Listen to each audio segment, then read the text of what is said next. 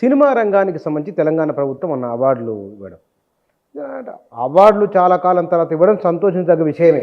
అవును. కానీ తెలంగాణ సినిమాను పట్టించుకుంటే బాగుండేది, తెలంగాణ వారికే ప్రయారిటీ ఇస్తే బాగుండేది అనే ఒక అభిప్రాయం వస్తున్నది. అంటే తెలంగాణ సినిమా అనేది ఎమర్జ్ కాలేదు. నిజానికి ఉద్యమ కాలంలో తెలంగాణ సినిమా అనేది ఎమర్జ్ కావటానికి కొంత కృషి చేయాల్సిన అవసరం ఉంది అనేటువంటి ఆర్గ్యుమెంటు సినిమా పరిశ్రమలో ఉన్నటువంటి తెలంగాణ వారు, తెలంగాణ టెక్నీషియన్స్, తెలంగాణ ఆర్టిస్టులు మాట్లాడారు. ఎన్ శంకర్ లాంటి వాళ్ళు బహిరంగంగా మాట్లాడి ఆ సందర్భంగా ఒక ఫిలిం సిటీ ప్రభుత్వం నుంచే ప్రమోట్ చేయాల్సి ఉంటుంది అనే నిర్ణయం కూడా జరిగింది. ఎక్కడ రాచకొండ ఏరియాలో ఆ నిర్ణయం ప్రకటన కూడా జరిగింది. కానీ ఆ తర్వాత వెనక్కి వెళ్ళింది. ఆ నిర్ణయము వెనక్కి వెళ్ళింది. 2014 నుంచి ఇప్పటి వరకు తెలంగాణ ఆవిర్భవించిన తర్వాత తెలంగాణ సినిమా రాలేదు. జైబోలో తెలంగాణ అన్నీ ఉద్యమ కాలంలో వచ్చినటువంటి సినిమాలుగా మాత్రమే చూస్తే, ఆ తర్వాత ఆ రోజున క్రియాశీలక పాత్ర పోషించినటువంటి టెక్నీషియన్స్ ఎవరూ సినిమా తీయలేదు. దీన్ని చూడాలి. అలాగే తెలంగాణ ఉద్యమ కాలంలోనూ తెలంగాణ ఆవిర్భావ సందర్భంగాను వచ్చినటువంటి కొన్ని సినిమాల్లో మాత్రమే తెలుగు సినిమా హీరో తెలంగాణలో లొకేట్ అయ్యాడు. రేసుగుర్రం సినిమాలో హీరోజీ వరంగల్ అని చెప్తారు. అలాగే ఒక గోపీచంద్ సినిమాలో హీరోజీ వరంగల్ అని చెప్తారు. అలా కొన్ని సినిమాల్లో మాత్రమే హీరో తెలంగాణ పల్లెల్లో లొకేట్ అయ్యాడు. అవి తప్ప టోటల్గా తెలుగు సినిమా చరిత్రలో నందమూరి తారక రామారావు గారి దగ్గర నుంచి మొదలు పెడితే, అంతకుముందు చిత్తూరు నాగయ్య గారి దగ్గర నుంచి మొదలు పెడితే, ఇప్పుడు ఈవెన్ విజయ్ దేవరకొండ వరకు తెలుగు సినిమా హీరో స్వగ్రామం ఎప్పుడూ కూడా తెలంగాణలో లేదు. దీన్ని గుర్తించాల్సినటువంటి అవసరం ఉంది. ప్రపంచం చూడాలి ఆ యాంగిల్లో. ఎందుకు లొకేట్ కాలేదు? తెలుగు సినిమా హీరో ఎప్పుడు తూర్పుగోదావరిలోనూ కృష్ణా జిల్లాలోనూ ఎందుకు పుడతాడు అనేది కూడా చర్చించాల్సినటువంటి సందర్భం. కానీ తెలంగాణ ఉద్యమ ప్రభావం పరిశ్రమ గుర్తించి ఆ టైంలో వచ్చిన 5-6 సినిమాల్లో హీరోని తెలంగాణలో లొకేట్ చేసే ప్రయత్నం చేసింది. అలా లక్ష్యం అనేటువంటి గోపీచంద్ సినిమాలో కూడా వరంగల్లోనే జరుగుతుంది కథ. కానీ ఆ పాత్రలు ఏవి కూడా తెలంగాణ భాష మాట్లాడవు, మళ్ళీ ఆంధ్ర భాషే మాట్లాడతాయి. అల్లు అర్జున్ వరంగల్కి చెందినటువంటి వ్యక్తిగా చూపించినప్పటికీ ఆయన ఎక్కడ తెలంగాణ యాస మాట్లాడు. ఆ ధోరణిలోనే నడుస్తుంది. అది స్టూడియో సెటప్లోనే నడుస్తుంది సినిమా. అంతవరకే. ఇది పరిస్థితి. ఇది తెలంగాణకి, తెలంగాణ కల్చర్కి తెలుగు సినిమా ఇచ్చినటువంటి ప్రాధాన్యత. దీని మీద గతంలో చర్చలు విస్తృతంగా జరిగాయి. కానీ తెలంగాణ కళ సాకారమైన తర్వాత తెలంగాణ సినిమాని అమర్జీ చేయటానికి జరగాల్సిన ప్రయత్నాలు జరగలేదు. అంటే ప్రభుత్వంతో ఆంధ్ర ప్రాంతపు ఇన్ఫ్లుయెన్స్ ఉన్నటువంటి సినిమా పరిశ్రమ ఎలా జాగ్రత్తగా తనకు అనుకూలమైనటువంటి నిర్ణయాలు రాబట్టుకోగలిగిందో మనకు అర్థమవుతుంది. అంటే లాబింగ్ ఏ రేంజ్లో చేయగలిగారు వాళ్ళు అనేది అర్థమవుతుంది. అసలు ఆ దశలో ఇక్కడి నుంచి ఆంధ్ర వాళ్ళందరూ తిరిగి అక్కడికి వెళ్ళిపోతారు అనేటువంటి ప్రచారం జరిగింది. ఆ సందర్భంగా సురేష్ బాబు గారు చాలా స్పష్టంగా చెప్పాడు, మేము ఇక్కడే ఉంటాము అని. అదే జరిగింది. ఇక్కడ ఉండటం మాత్రమే కాదు, తెలంగాణ సినిమా అనేది ఎమర్జీ కాకుండా కూడా వాళ్ళు జాగ్రత్తగా చూడగలిగారు. తెలంగాణ సినిమా ఎమర్జీ కాకుండా కూడా వాళ్ళు చూడగలిగారు. ఎట్లా ఎమర్జీ కాలేదు కదా 2014 తర్వాత. వాళ్ళు ఎట్లా కారణం అనేది కొంత లోతుగా అంటే వాళ్ళు నెమ్మదిగా అంటే ఇక్కడ నుంచి ఇండస్ట్రీ వెళ్ళిపోతే ఏదో నష్టం జరిగిపోతుంది అనేటువంటిది బాగా ఫోకస్ చేయగలిగారు. మేము ఇక్కడే ఉంటాం, తెలుగు అనేది ఒకటే, భాషగా ఒకటే, మనం రాష్ట్రాలుగా విడిపోయాం కానీ తెలుగువారిగా కలిసి ఉందాం అనేటువంటి ఒక సెంటిమెంట్ మాటున ప్రభుత్వాలను కూడా తమకు సానుకూలంగా మార్చుకుని తెలంగాణ సినిమా ఎమర్జ్ అవుతుంది అనేటువంటి వాతావరణం కల్పించిన ఉద్యమకాలం నాటి పరిస్థితుల్ని పూర్తిగా పక్కకి నెట్టేశారు వాళ్ళు. అందుకని కదా ఎన్ శంకర్ డైరెక్ట్ చేసిన సినిమా ఏముంది 2014 తర్వాత. ఆయన డైరెక్టర్గా మెగాఫోన్ పక్కన పడేశాడు. ఆయన అక్కడ వార్తల్లో కూడా లేడు. అవును. ఏమైపోయింది ఆనాటి కళ, ఆనాటి మాటలు ఏమైపోయినాయని ఎవరన్నా మాట్లాడారా? మాట్లాడకపోవడం వెనకాల నడిచిన శక్తులేవి, నడిపించిన శక్తులేవి అనేది చూడాలి కదా. చాలా సీరియస్ విషయాలు మీరు చెప్పేది. తెలంగాణ ఛాంబర్ అనేది ఒకటి ఏర్పడింది, కానీ తెలంగాణ ఛాంబర్ కూడా తెలుగు సినిమా ఛాంబర్కి అనుబంధంగానే నడుస్తోంది తప్ప దాన్ని కాదని నడిచే పరిస్థితుల్లో లేదు. ఇప్పటికీ అక్కడ ఆంధ్ర ఇదే నడుస్తోంది. అంటే తెలంగాణ కల్చర్ని, తెలంగాణ సమాజంలో ఉన్నటువంటి పరిస్థితుల్ని, తెలంగాణ సమాజంలో ఉన్న వైరుధ్యాలని, తెలంగాణ జీవితాలని సినిమాలుగా చెప్పేటువంటి ప్రయత్నం కాన్షియస్గా జరగలేదు. జరగాల్సిన అవసరం ఉంది. రెండోది, రాజ్యాంగబద్ధమైనటువంటి సంస్థలతో మాట్లాడి తెలంగాణ తెలుగు అనే దానికి ఒక గుర్తింపు సంపాదించుకోగలిగితే తెలంగాణ ప్రభుత్వం ఆ గుర్తింపు సంపాదించుకోగలిగితే ఉత్తమ ప్రాంతీయ భాషా చిత్రాల కేటగిరీలో కేంద్ర ప్రభుత్వం అవార్డులు ఇస్తుంది. అప్పుడు తెలంగాణ తెలుగు సినిమాకు ఒక అవార్డు, ఆంధ్ర తెలుగు సినిమాకు ఒక అవార్డు వచ్చేటువంటి అవకాశం ఉంది. ఇప్పుడు నడుస్తోంది తెలుగు సినిమా మాత్రమే. మొన్న గద్దర్ పేరుతో ఇచ్చినటువంటి అవార్డుల్లో కూడా ప్రధాన ప్రాధాన్యత దక్కింది వారికే. అవును, అది గీతా ఆర్ట్స్ కాంపౌండ్కి వెళ్ళినాయి అవార్డులు, అశ్విని దత్ గారి కాంపౌండ్కి వెళ్ళినాయి అవార్డులు. అంతకు మించి ఇంకెక్కడ అసలు తెలంగాణకి అవార్డులు రాలేదు అని చెప్పుకోవడానికి కూడా అవకాశం లేని కాళోజీ సినిమాకి ఏదో స్పెషల్ అవార్డు ఏదో ఇచ్చినట్టుంది. ఇచ్చారు. రజాకార్ అనే సినిమాకి ఒక 3 అవార్డులు దక్కినాయి. రజాకార్ అంతవరకే తప్ప మేము అసలు ఇవ్వటానికి అక్కడ ప్రొడక్షన్ ఏది అని అడుగుతున్నారు వాళ్ళు. ఎందుకు తెలంగాణ డైరెక్టర్ తీసిన సినిమాలు ఉన్నాయి కదా, ఎక్కడ లేవా? లేవా? ఏమున్నాయి? తెలంగాణ జీవితాలను ప్రతిబింబింపజేస్తూ చేసినటువంటి సినిమాలు ఏమున్నాయి? ఒక సంవత్సరం కాదు, 2014 నుంచి ఇప్పటి వరకు 24 వరకు ఈ 10 ఏళ్ల ప్రయాణంలో తెలంగాణ జీవితాన్ని ప్రతిబింబింపజేస్తూ తీసినటువంటి సినిమాలు ఏమున్నాయి? నేను షరతులు వర్తిస్తాయనే సినిమా నేను చూసిన, డైరెక్టర్ కరీంనగర్. అవును, ఆ పాత్రల సంభాషణ, నేటివిటీ మొత్తం ఇక్కడే ఉంటుంది. అసలు ఆ సినిమాని ఎందుకు గుర్తించలేదో నాకు 2014 కంటెంట్ కూడా ఇబ్బందికరమైన కంటెంట్ ఏం కాదు. అది కాదు, చాలా ఫ్యామిలీ డ్రామా. ఓ ఫ్యామిలీ డ్రామా తెలంగాణ జీవితాన్ని చెప్పే ప్రయత్నం చేసినటువంటి సినిమా. అలాంటి సినిమాలను ఎందుకు గుర్తించలేదు? అదొక్కటే సినిమా. అలాంటివి చెదురుమదురుగా జరిగినటువంటి ప్రయత్నాలు కనిపిస్తాయి.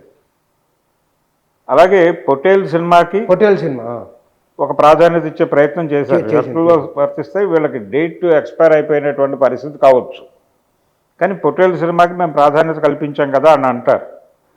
ఇలా ఒక 5-6 సినిమాల గురించి మాత్రమే మాట్లాడుకోగలం మనం. పొటేల్ సినిమా కూడా అది దానికి ఒక నేపథ్యం ఉంది. పటేల్ పట్వారీ వ్యవస్థ నడుస్తున్నటువంటి రోజుల నాటి కథను మేము చెప్తున్నామని చెప్పారు. ఇంకా తెలుగుదేశం పార్టీ రామారావు రాజకీయాల్లో ఎమర్జ్ అవుతున్నటువంటి దశలో ఆ సన్నివేశాలు కూడా దొరుకుతాయి అందులో. అలా నడిచినటువంటి కథ అది. బిఫోర్ 80 జరిగినటువంటి ఒక తెలంగాణ పల్లెలో జరిగిన కథగా చెప్తారు. అది అక్కడ వరకే పరిమితం. ఇలా చెదురుమదురుగా సినిమాలు రావటం ఏమిటి? వాటికి దక్కినటువంటి ప్రజాదరణ పరిస్థితి ఏంటి? దాన్ని ఎలా ప్రమోట్ చేశారు? ఇది కాదు కదా, ఒక వెల్లువలాగా సినిమాలు రావాలని కదా అనుకుంది 2014. ఇప్పుడు షరతులు వర్తిస్తాయనేది ఎంటర్టైనింగ్గా నడపడం కోసం చేసినటువంటి ఒక ప్రయోగం అది. కానీ అంతకంటే సీరియస్ కాన్ఫ్లిక్ట్లు ఉన్నాయి తెలంగాణ సమాజంలో. తెలంగాణ నుంచి ఒక కమర్షియల్ హీరో ఎమర్జ్ అవ్వాలి కదా. ఎమర్జ్ అయిన విజయ్ దేవరకొండ పరిస్థితి ఏంటి? ఎక్కడ నడుస్తున్నాడు ఆయన? అలా రకరకాల విషయంలో సినిమా రిలీజ్కు ముందే ఒక రకమైన చర్చ బయటికి తీసుకొని రావడం, తెలంగాణ చూసిన ఒకే ఒక్క హీరో ఇప్పుడు కనబడుతున్న వాళ్ళలో. అవును, మరి అతని విషయంలో ఎందుకు ఇట్లా జరుగుతుంది? సోషల్ స్టార్ మెటీరియల్, తను స్టార్ మెటీరియల్ అనేది ప్రూవ్ చేసుకున్నాడు. అవును, ప్రూవ్ అయిన తర్వాత ఆయనతో ప్రాపర్ సినిమాలు, ప్రాపర్ కథలతో చేసేటువంటి ప్రయత్నం జరగట్లేదు.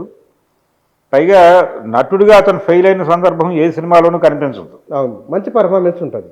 ఏ క్యారెక్టర్ ఇచ్చినా దానిలో తను ఏం చేయగలడో, ఎంత బెటర్ ఇవ్వగలడో అంత బెటర్ ఇస్తాడు. అవును, ఆయన సినిమాల ఫెయిల్యూర్స్ అన్నిటికీ ఆ సినిమా దర్శకులే కారణం. ఫెయిల్యూర్ సినిమాలకి ఆయనతో మంచి కథలు చేసినటువంటి డైరెక్టర్లు ఇద్దరు కూడా తెలంగాణకు చెందిన వాళ్ళే. వాళ్ళు చేసిన సినిమాలతోనే విజయాలు వచ్చినాయి అతనికి. పరశురామ్ చేసినటువంటి ఒక ఆంధ్ర సినిమాకి కూడా అతనికి మంచి రిసెప్షన్ దొరికింది 2 ప్రాంతాల్లోనూ. అతను 2 ప్రాంతాల్లోనూ ప్రభావవంతమైన హీరోగా నడిచాడు. కానీ ఒక నెగిటివిటీ స్ప్రెడ్ చేయటం అనేది జరుగుతోంది అతని సినిమా విడుదల సందర్భంగా. లైగర్ సినిమా చాలా బ్యాడ్ చేసింది తనకి. ఇలాంటి కంటెంట్లతో ఆయన కెరియర్ నాశనం అవుతోంది. అలా కాకుండా ఇప్పటికీ అతన్ని గనక ప్రాపర్గా తెలంగాణ యువ దర్శకులు గనక అతనితో కలిసి ప్రయాణం చేస్తే డెఫినెట్గా మంచి సినిమాలు వస్తాయి. తెలంగాణ సమాజంలో ఉన్నటువంటి వైరుధ్యాలని మీరు ఎందుకు కథలుగా చెప్పలేకపోతున్నారు అనేది ప్రధానమైనటువంటి ప్రశ్న. ఇది పెద్ద పెద్ద డైరెక్టర్లు ఉన్నారు కానీ మరి తెలంగాణ సినిమాని ఎమర్జ్ చేయటానికి ఒక ప్రయత్నం జరగాలి. అది ప్రాపర్గా జరగటం లేదు. జరగటం లేదు అంటే జరగకుండా చేస్తున్నారా అనే అనుమానం కలగటానికి ఆస్కారం. ఇందాక మీరు అన్నారు సురేష్ బాబు వీళ్ళందరూ సరే అలా మాట్లాడారు, వాళ్ళు వాంటెడ్గా దీన్ని ఏమన్నా చేస్తున్నారా అనే మాట అన్నారు మీరు. ఈ పరిణామాలన్నీ చూస్తే అభిప్రాయం కలుగుతుంది.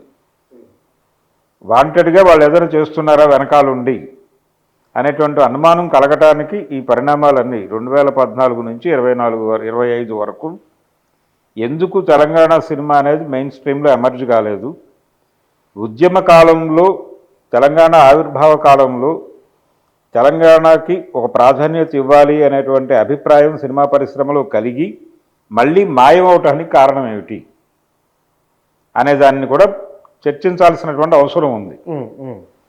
తెలంగాణ సాహిత్యానికి ఒక ప్రత్యేక స్థానం ఉంది సాహిత్య ప్రపంచంలో ఉంది. మరి అంత ప్రభావవంతమైనటువంటి సాహిత్యాన్ని క్రియేట్ చేసినటువంటి తెలంగాణ సమాజం నుంచి తెలంగాణ సినిమా ఎందుకు రావడం లేదు సీరియస్ క్వశ్చన్ అనేది ప్రశ్నించాల్సిన సందర్భం ఉంది. మొత్తం తెలంగాణ వాళ్ళు అందరూ ఆలోచించుకోవాల్సిన విషయం. సీరియస్ డెఫినెట్గా. అంటే చెదురు ప్రయత్నాలు అప్పుడు జరిగినాయి. అవునవును. ఇప్పుడు చిల్లర దేవుళ్ళు లాంటి సినిమాలు, మా భూమి లాంటి ప్రయత్నాలు అప్పుడు జరిగినాయి. కానీ ఒక వెల్లువలాగా జరగాలి కదా. ఆ ప్రయత్నం జరగాల్సిందే. ఇది డిబేటబుల్ టాపిక్. ఇది తెలంగాణ విషయం జరగవలసింది ఇది డెఫినెట్గా. అందుకని మీకు మొన్న గద్దర్ పురస్కారాల్లో తెలంగాణ కనిపించలేదు అనడానికి కారణం వెల్లువలాగా సినిమాలు రాకపోవడమే కారణం. ఈ ప్రయత్నం జరగాల్సింది. ఈ ప్రయత్నం జరగాలి. కానీ ఇచ్చిన వాటిలో మేము సముచిత స్థానమే ఇచ్చామని వాళ్ళు మాట్లాడుతున్నారు. పొట్టేలు సినిమాకి మేము ఇచ్చాం, పురస్కారాలు ఇచ్చాం, అలాగే రజాకార్ సినిమాకి కూడా ఇచ్చాం అని చెప్తున్నారు వాళ్ళు. మీరు తీస్తే ఇచ్చుండే వాళ్ళ అభిప్రాయమే. అదే ఇక క్వశ్చన్ ఉన్నది కాబట్టి దానికి మనం దాని ప్రశ్న అంటే మరింత గుర్తింపు నుంచి కొంతమందిని ప్రోత్సహిస్తే బాగుండేది అని ఒక అదైతే ఉన్నది. చూద్దాం. మీరు అన్నట్టుగానే సినిమాలు వస్తే అప్పుడు ఇవ్వకపోతే అప్పుడు మరింత ఘాటుగా క్వశ్చన్ చేయవచ్చు. అదే ఇది ఒక వెర్షన్ అయితే మొన్నటి పురస్కారాలకు సంబంధించి గద్దర్ పేరుతో ఈ అవార్డులు ఇవ్వటం అనే దగ్గర కూడా ఒక ప్రశ్న ఉత్పన్నమైంది. అంటే గద్దర్ అనేది కేవలం ఒక పేరు మాత్రమే కాదు, ఆ పేరుని తన ఒంటికి పెట్టుకున్నటువంటి ఒక వ్యక్తి తాలూకా ఇమేజ్ కూడా దాంతో ముడిపడి ఉంది. ఆయనకి రాజకీయ అభిప్రాయాలు ఉన్నాయి, ఈ సమాజం గురించి ఆయనకు కొన్ని ఆలోచనలు ఉన్నాయి. ఇవన్నీ కూడా కలగలిసినటువంటి పేరు గద్దర్. ఆ గద్దర్ పురస్కారం ఇచ్చేటప్పుడు ఆ సినిమా ఈయన అభిప్రాయాలకు అనుగుణంగా ఉందా లేదా అనేటువంటి చర్చ కూడా జరుగుతుంది. ఆయన అభిప్రాయాలకు అనుగుణంగా లేనటువంటి సినిమాలకు కూడా గద్దర్ పురస్కారాలు ఇవ్వటం అంటే గద్దర్ అనేది సర్వనామంగా మార్చేసి మీరు అవార్డులు ఇచ్చేస్తున్నారు. అలా కుదిరే వ్యవహారం కాదు అది. ఇప్పుడు రజాకార్ అనే సినిమాకి పురస్కారాలు దక్కినాయి, పొట్టేలు సినిమా ఓకే. కానీ ఈ రజాకార్ అనేటువంటి సినిమాలో వ్యక్తం చేసినటువంటి అభిప్రాయాలకు భిన్నమైన రాజకీయ అభిప్రాయాలు కలిగిన వాడు గద్దర్. ఆయన పేరుతో ఈ సినిమాకి పురస్కారాలు ఇవ్వటం సబబా అనేది ఒక ప్రశ్న. రెండోది, అది హిస్టారికల్ బ్యాక్డ్రాప్లో వచ్చిన కథగా వాళ్ళు పురస్కారం ఇచ్చారు దానికి. కానీ చరిత్రని వక్రీకరించి ఆ సినిమా తీశారు అనేటువంటి విమర్శ తెలంగాణ సమాజం నుంచే ఉంది. దానికి గద్దర్ పురస్కారం ఇవ్వటం ఇది కొంచెం ఆలోచించుకోవాల్సినటువంటి అవసరం ఉంది. ఈ ఆలోచనల నేపథ్యంలో గద్దర్ కాకుండా గద్దర్ రాజకీయ అభిప్రాయాలకి విలువనిస్తూ వచ్చినటువంటి సినిమాలకి గద్దర్ స్మారక పురస్కారం ఇవ్వచ్చు. అలాగే గద్దర్ వ్యక్తీకరణ లాంటి జానపద గీతాలు కానీ మరొకటి కానీ దాన్ని ప్రమోట్ చేస్తూ వచ్చినటువంటి పాటలకి గద్దర్ పురస్కారం ఇవ్వచ్చు. అలాగే ఆయన వాగ్గేయకారుడు. గద్దర్ అభిప్రాయాల లాంటి అంటే ఆయన అభిప్రాయాలకు దగ్గరగా ఉన్నటువంటి భావాలను ప్రసారం చేసినటువంటి ఒక రచయితకి, ఒక కవికి గద్దర్ స్మారక పురస్కారం ఇవ్వచ్చు గద్దర్ని గౌరవించదలుచుకుంటే. కానీ గద్దర్ పేరుతో అవార్డులు ఇవ్వటం అనేది ఇబ్బందికరమే. అందుకని తెలంగాణకి సంబంధించి ఇంకేదైనా నమూనా తీసుకోండి. కాకతీయ పురస్కారాలు అనండి. ఇప్పుడు ఆ నంది పురస్కారాలు ఎక్కడి నుంచి వచ్చింది? అది లేపాక్షి నుంచి నంది తీసుకున్నారు. కాబట్టి అలాంటి నమూనా ఒకటి తీసుకోండి. తెలంగాణ సాంస్కృతిక నమూనా ఒక దాన్ని తీసుకుని ఆ పేరుతో పురస్కారాలు ఇవ్వండి. మీరు గద్దర్ అనే వ్యక్తిని ఒక సింబల్గా మార్చే ప్రయత్నం చేయడానికి ఇబ్బందులు ఉన్నాయి. ఆ వ్యక్తికి కొన్ని రాజకీయ అభిప్రాయాలు ఉన్నాయి. అభిప్రాయాలు తెలిసినటువంటి ప్రజలు ఇంకా ఉన్నారు. అందుకని వాళ్ళు జీర్ణం చేసుకోలేక మాట్లాడుతున్నారు. ఇప్పుడు అదే అదే దీన్ని కూడా పట్టించుకోవాల్సిన అవసరం ఉంది తెలంగాణ ప్రభుత్వం. అంటే ఇది మొదటి నుంచి ఉన్న ఆర్గ్యుమెంటే. వాళ్ళు గద్దర్ అవార్డులు అనేది ఇస్తాము అని ప్రకటించిన రోజే. అంటే గద్దర్ అవార్డులను తప్పుపట్టడం కాదు, అదే గద్దర్ రాజకీయ అభిప్రాయాలని కూడా గౌరవించాల్సినటువంటి అవసరం ఉంది. డెఫినెట్గా అది పరిగణలోకి తీసుకోవాల్సిన విషయం. ఈ పవన్ కళ్యాణ్ ఎట్లా ఉంది సినిమా హరహర వీరమల్లి ఏదో దాని డిస్కషన్ జరగడం ఏపీలో తాజా అప్డేట్ ఏమిటి దానిపైన? అంటే హరిహర వీరమల్లు అనేది ఈరోజు మొదలైన సినిమా కాదు. అది దాదాపు 4.5 సంవత్సరాల ప్రయాణం. ఆ సినిమా 5 ఏళ్ళు క్రితం మొదలైనటువంటి సినిమా అలా నడుస్తోంది. అది ఇప్పటికీ వాళ్ళు రిలీజ్ డేట్ అఫీషియల్గా అనౌన్స్ చేశారు 12వ తారీఖు అని. కానీ ఆ డేట్ కూడా పోస్ట్పోన్ అవుతోంది ఇప్పుడు. అంటే ప్రీ రిలీజ్ ఈవెంట్ వాళ్ళు తిరుపతిలో పెట్టుకున్నారు. ఆ ప్రీ రిలీజ్ ఈవెంట్ పోస్ట్పోన్ అవుతోందని ఒక అధికారిక ప్రకటన వచ్చింది ఇందాకే. కాబట్టి సినిమా కూడా వాయిదా పడేటువంటి అవకాశం ఉంది. జూలైకి వెడుతుంది. జూలైకి అనే మాట కూడా బయట నడుస్తున్నటువంటి చర్చే కానీ అధికారిక ప్రకటన కాదు. 12వ తారీఖు సినిమా ఉండదు అనే ప్రకటన ఇంకా రాలేదు వాళ్ళ నుంచి, యూనిట్ నుంచి. సో ఏదేమైనా కానీ షూటింగ్ లేట్ అయింది. పవన్ కళ్యాణ్ గారి ఆయన డేట్లు చాలా లేట్గా ఇచ్చాడు వాళ్ళకి. అవి ఇచ్చి తన పర్ఫార్మెన్స్ వరకు తను చేసాడు, అయిపోయింది. దానికి సంబంధించినటువంటి విఎఫ్ఎక్స్ ఇతర వ్యవహారాలు అవి కొంత డిలే అయినాయి. అవి అయితే తప్ప ఎడిటింగ్ కంప్లీట్ కాదు. ఫస్ట్ వెర్షన్ అది తయారవ్వాలి, కాపీ తయారవ్వాలి. అయిన తర్వాత సెన్సార్ అవ్వాలి. అయిన తర్వాత కానీ వాళ్ళు డేట్ అనౌన్స్ చేయలేని పరిస్థితి. ఇవేవీ కాలేదు. ఇంకా కాపీ రెడీ కాలేదు, సెన్సార్ అవ్వలేదు, డేట్ ముంచుకొచ్చేస్తోంది.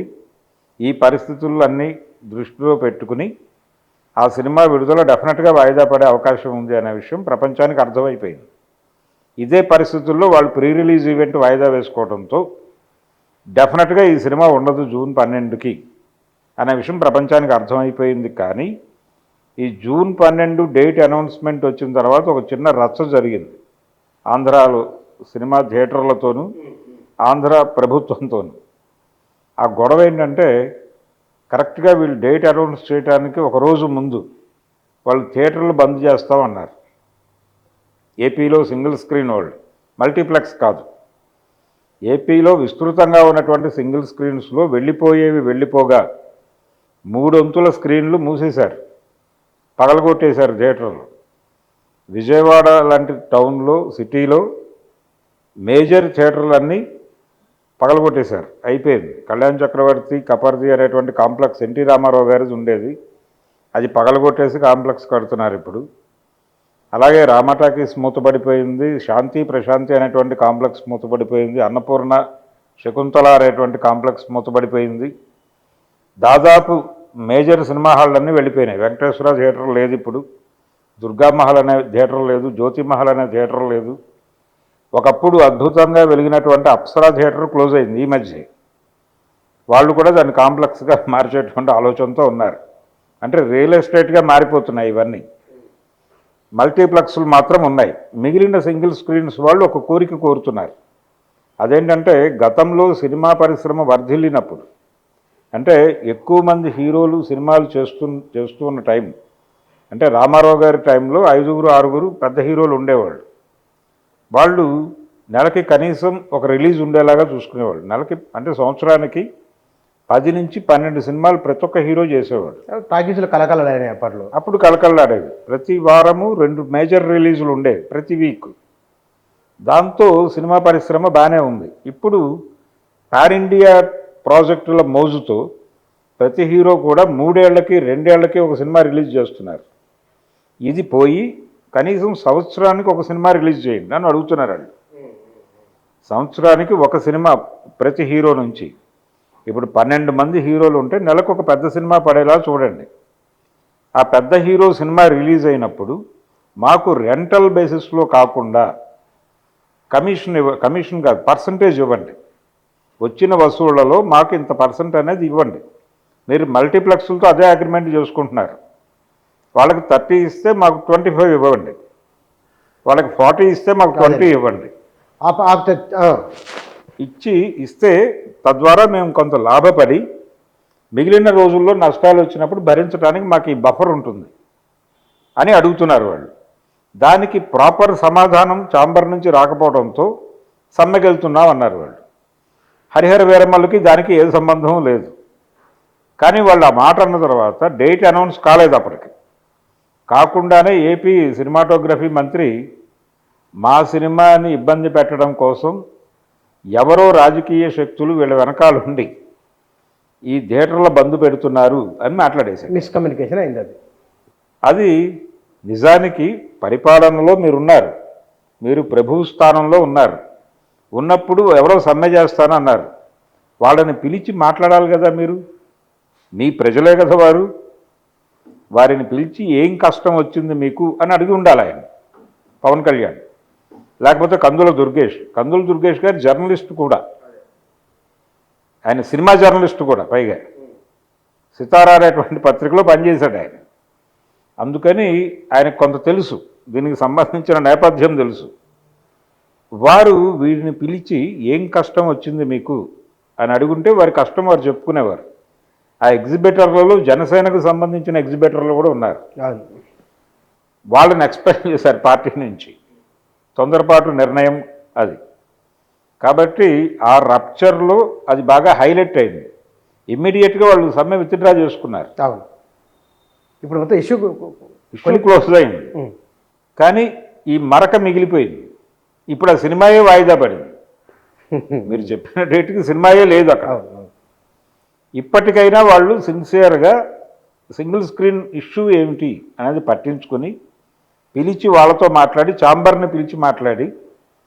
విజయవాడలో కూడా ఫిలిం ఛాంబర్ ఉంది, హైదరాబాద్లో ఉన్నదే ఛాంబర్ కదా. హైదరాబాద్ ఛాంబర్ కంటే దశాబ్దాల ముందు నుంచి విజయవాడలో ఫిలిం ఛాంబర్ ఉంది. అందుకని అక్కడ కూడా నాయకత్వం ఉంది. వాళ్ళని కూర్చోబెట్టి మాట్లాడి ఇష్యూ సాల్వ్ చేయొచ్చు. ఆ ప్రయత్నం జరగాలి ప్రభుత్వం నుంచి. జరిగితే సింగిల్ స్క్రీన్స్ వాళ్ళ కోరికలు ఒకటే, 2 కోరికలు వాళ్ళకి. ఒకటి, నెలకొక మేజర్ రిలీజ్ ఉండేలాగా హీరోలు సినిమాలు చేయాలి. అదే అంటే సంవత్సరానికి ఒక రిలీజ్ అయినా పెద్ద హీరోలు పెట్టుకోవాలి. అప్పుడు మాకు రెంటల్ బేసిస్లో కాకుండా మాకు పర్సంటేజ్ పద్ధతిలో డబ్బులు ఇవ్వండి. ఆ డబ్బులు పెట్టుకుని ఆ తర్వాత వచ్చిన నష్టాల్లో బఫర్గా వాడుకుంటాం. 10 మంది జనాలు వచ్చినప్పుడు సినిమా వేసేటప్పుడు కూడా 20 మంది స్టాఫ్ ఉండాలి. మేము 20 మంది స్టాఫ్ని మెయింటైన్ చేయాలి. సింగిల్ స్క్రీన్లో డ్యూయల్ స్క్రీన్స్ ఉన్నవి కూడా ఉన్నాయి, 2 స్క్రీన్లు ఉన్నవి కూడా ఉన్నాయి. అది మెయింటైన్ చేయాలంటే కనీసం నెలకు 6 లక్షలు ఖర్చు అవుతుంది మాకు. ఈ 6 లక్షలు రావడం లేదు మాకు. అది వచ్చే మార్గం చూపించండి మహాప్రభు అని అడుగుతున్నారు. చూడాలి మరి పరిష్కారం చేస్తారు. అంతే కదా? అంతే. Right sir, thank you sir. Thank you. 2 Telugu రాష్ట్రాల్లో ఇటీవల జరిగిన పరిణామాలకు సంబంధించి వారి విశ్లేషణ ఇది. Thank you.